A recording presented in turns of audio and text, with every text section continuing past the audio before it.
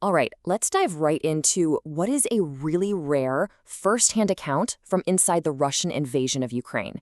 This was all written by one of the paratroopers who was actually there from day one.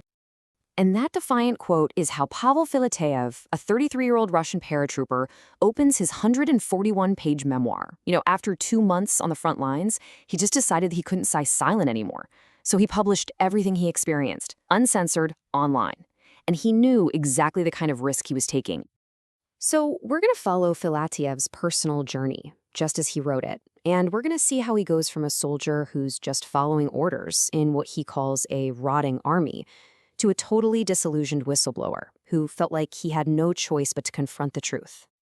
Now, he's really clear about how he sees himself. He's not trying to be a hero, and he's not calling himself a traitor. He's just a guy who felt this deep personal need to tell the truth about the war that he saw with his own 2 eyes, even, and these are his words, if it was to my own detriment. So let's get into his description of the invasion itself. He paints a picture that is not some well-oiled military operation with clear goals. No, it's one that started with pure chaos, confusion, and just a shocking lack of preparedness. From his perspective, down on the ground, there was no big speech about their mission, no patriotic rally. The only real sign that something huge was about to kick off was this sudden promise of money. And it's a payment he later says they didn't even get in full anyway. And he gets into some really stark details about this systemic decay. His unit was supposed to be elite paratroopers, but they were shockingly ill-equipped. He was sent to war in a regular, unarmored truck. He didn't even have a sleeping bag. And get this, his rifle was so rusty it jammed up after just a couple of shots. The situation got so bad, he says, that his unit started taking Ukrainian uniforms off the dead because they were actually better quality than their own. This quote just says it all, doesn't it? It perfectly captures that raw, physical experience he describes on the front lines near Mykolaiv. He talks about his unit being gaunt, unwashed, and just bitter, sleeping on the frozen ground and almost never having enough food, water, or basic supplies. So his time in direct combat doesn't end with some dramatic firefight. It actually ends with a bizarrely mundane incident. And it's this moment, away from all the fighting, that finally gives him the space to actually think about what he's been doing.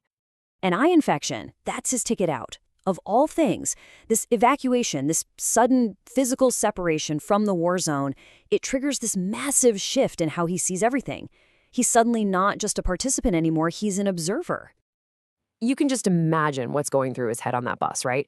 He's surrounded by other wounded, exhausted soldiers, and he describes the start of this intense internal battle. It's this indescribable feeling, he writes, of just immense relief that he's leaving that hell, but it's mixed with this deep, heavy guilt for leaving his friends behind. And this is the moment where everything really changes for him. See, he'd been in a total information vacuum, just living on rumors.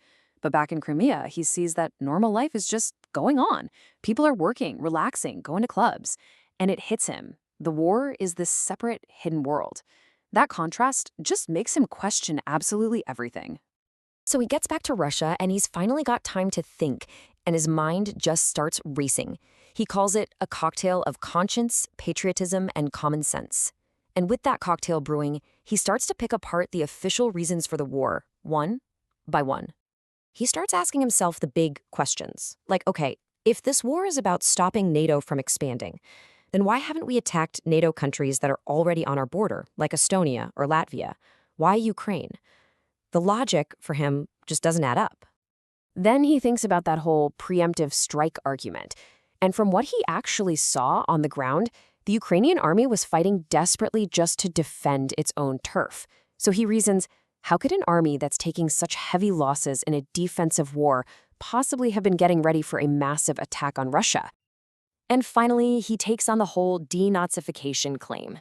He writes that in all his time there, and from everyone he talked to who had lived in Ukraine, he never once met a single person who could point to a specific time they were persecuted for being Russian. So for him, the official story was just completely falling apart. So you can see how his questions about the war start to snowball, right? They quickly expand into this huge critique of the entire military system, an institution that he believes has been hollowed out by corruption, neglect, and incompetence for decades. And he makes this really stark comparison to the past. He remembers his dad's conscript army in Chechnya back in '99. These were 18-year-old kids who, when they were given the chance to back out of the fight, not a single one did. And he contrasts that with today's supposedly professional army, where he claims a huge number of contract soldiers just flat out refused to go to war, which he thinks crippled the invasion right from the start. And if you want a perfect example of this neglect he's talking about, just listen to what happened to him in the hospital. While he's recovering, a doctor starts screaming at him for being too slow. When he pushes back a little, she threatens to call the military police on him and then later gets her revenge by flagging his official file. They completely dismiss his severe back pain after a quick x-ray. It's a system, he says, that just treats its soldiers as disposable. And get this. This is what she actually wrote in his file, scrawled in a bright green marker. For him, this one little note just symbolizes how the entire system punishes anyone who doesn't just shut up and accept its dysfunction. You don't get treated, you get put in your place. And then there's the money, the compensation for wounded soldiers, the so-called Putin's payments. He claims this became a massive source of corruption. The payouts were totally arbitrary. Some guys got millions for a broken finger, while others with serious shrapnel wounds got nothing. He even alleges that it created this perverse incentive for soldiers to injure themselves. And for Filayev, this isn't just some abstract problem. It's deeply personal. He talks about how his veteran father, who served his entire life in the very same unit, died of cancer after being failed by the exact same military medical system. For him, this rot isn't new. It's a generational betrayal. So, after all of this, you have to ask the final question, right? Why? Why risk going to prison, being branded a traitor, and completely turning your life upside down just to write and publish this story?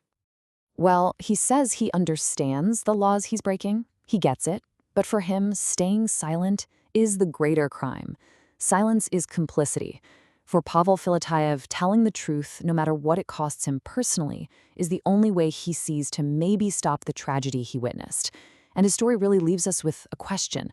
What is the true cost of a war? Not just for a country, but for the conscience of a single soldier.